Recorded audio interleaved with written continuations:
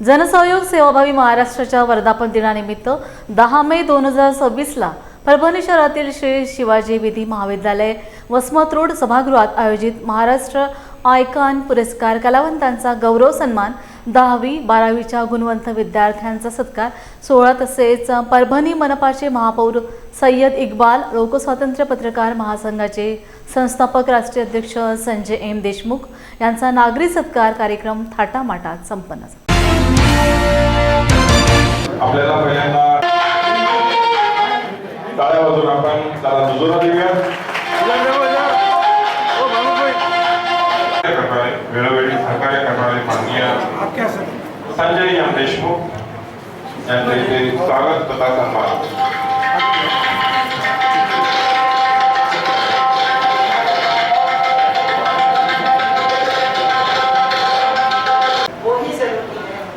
कोई भी स्टेज पर बैठा हुआ ऐसा इंसान नहीं है जिसने अपनी जिंदगी में मेहनत को पीछे छोड़कर आ गया है।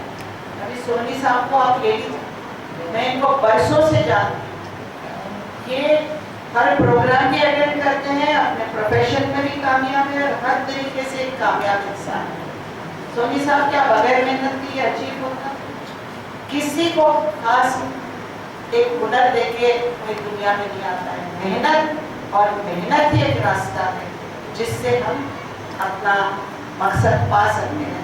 मैं इतना ही कहूँगी, आप लोगों को बहुत बहुत मुबारकबाद। आप हौसला अफजाई कर रहे हैं, इसी तरह आप हौसला अफजाई करते रहें। ज़रूर आपको भी एक अवार्ड मिलेगा, ये मैं आपको कहती हूँ, ज़रूर मिलेगा। आप डिजर्व करते हैं। समाजामध्ये जे लोक जगत असतात, प्रत्येक जण सकाळी उठतो आणि रात्री झोपतो, परंतु जो कोई हर काम अलग ढंग से किया करता है दोस्तों, वो अलग बन जाता है, उसका ही सम्मान होता है। आप आहेत का?